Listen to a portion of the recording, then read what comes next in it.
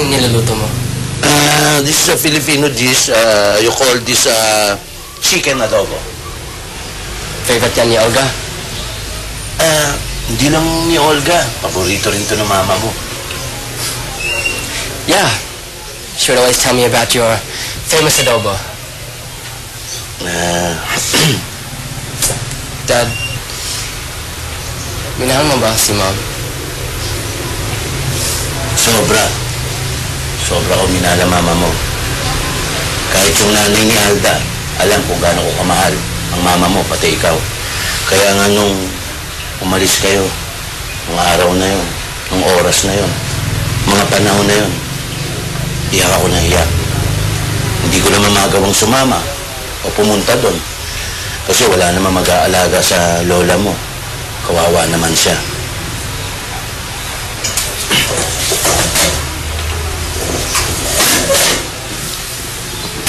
Anak,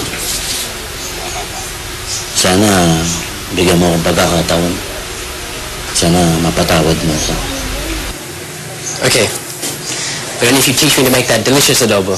Eh, naku, walang problema. Anak, dito ka. Tuturo ko ito. Madali lang to. Alright. The first thing you do is like this. This is chicken. Remember the chicken? Okay. This is what you call the thigh. The thigh is moving like the flying. Then you put this soy sauce. This is not an ordinary soy sauce. This is what a French soy sauce. Put this like that. Adobo ba to? Yes, adobo. Then you add some. This is not an ordinary vinegar again. This is a Chinese Clampertus. Okay. Clampertus vinegar. This is good. Then you mix this. What do you call this? Garlic. No. In Tagalog, this is what you call garlicious. For the gay term. Then this is what you call Pepper. yeah, pamients. Then put it all together. Then try to smash it. Come on. Yeah, smash it. Smash it. Come on, yeah, that's right. Keep on smashing until it hurts, right? Yeah. Smash it and mash it. Okay. Then swallow.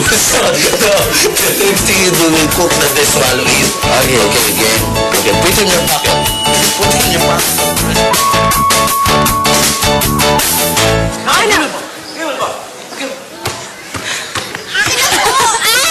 Teka lang!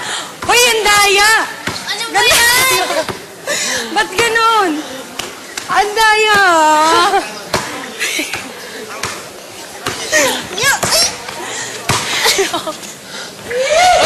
Oh! Time out! I just go there. Time out, time out. Let me rest your soul.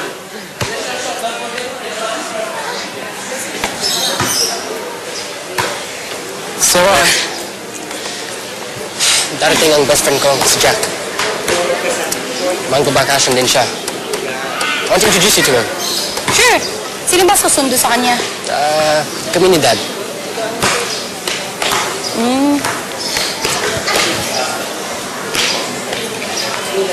Do it, Alda. What was that? Hey! Listen up! Let's eat first. I have something for you. It's delicious. This is delicious. This is another one there. What is that? Oh, you like this? Mas masarap yung... Masarap yan, kuya. This is what you call the intestine. In Tagalog, this is a bituka. This is, I better taste this. This is just all steak. I don't. Okay. This is okay. This is what, Mas masarap yan. yeah, this is Betamax. Betamax. Is it clean? This is the cholesterol. Oo, malinis yan, kuya. Pure. Malinis yan. Try mo. Try it. It's delicious. Come on. Sige na! Delicious. Come on. Go. How is it? How is it? Sarap. Di ba? You like it? You like it? Ayan. It's not bad. Alright. Diba? Sabi ko sa'yo, masarap eh. How about you?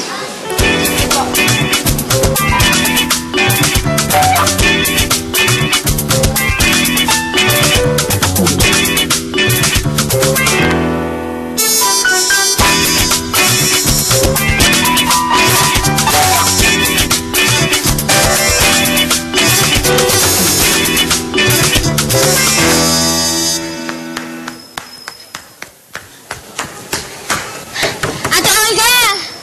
Ate Olga! Ate Olga! Oh, Alda, napadalaw ka. Nakausap mo ba si Kuya Alvin? Hindi eh, nasa airport ata kasama yung daddy mo.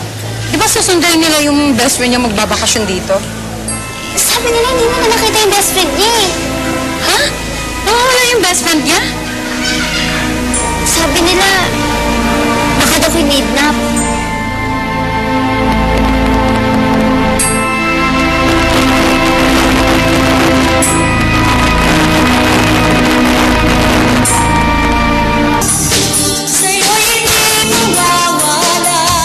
I knew it! This country is not safe! Eh, hindi pa naman sure yung kaibigan mo na-kidnap pa. Ano pa? What else could have happened to him? Eh, tawagan mo kaya ulit sa cellphone. I've called him 1,000 times. He's not answering his phone. Okay. Huwag ka na mag-alala, anak. Inireport na natin sa mga pulis. Ang gagawin na lang natin ngayon, maghihintay ng tawag. And wait for what? For more bad news? Alvin, tawagan mo yung family niya sa States para malaman nila kung anong nangyayari. How will I tell his parents? Oh, I'm sorry, your son's been kidnapped. Ano ka ba? Huwag ka na mag-alala. Ako natatawag doon. Simple problem ka, simple. No, bakit yun?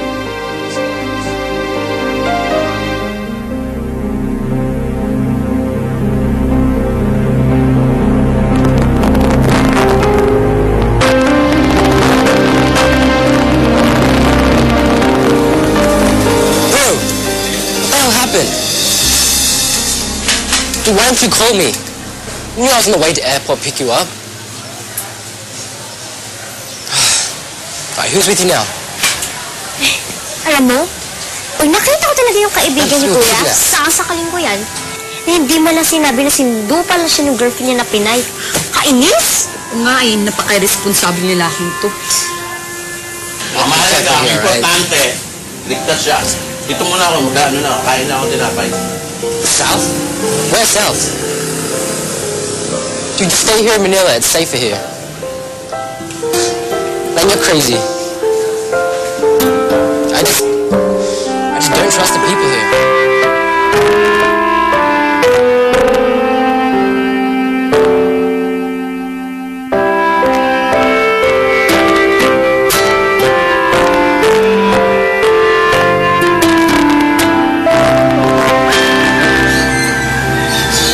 Olga, I'm going to get my ticket now from the airline.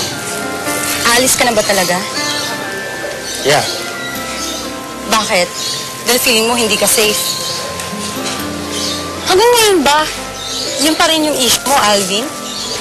Kailan mo ba mababago ang pagtingin mo sa mga Pinoy? Hindi naman nakidnap yung kaibigan mo, ah. Hindi ka rin namin tinato ng masama. Mukha ba kaming di mapagkakatiwalaan? Of course, you can be trusted. Pero, iba kayo. Paano iba? Pilipino din kami.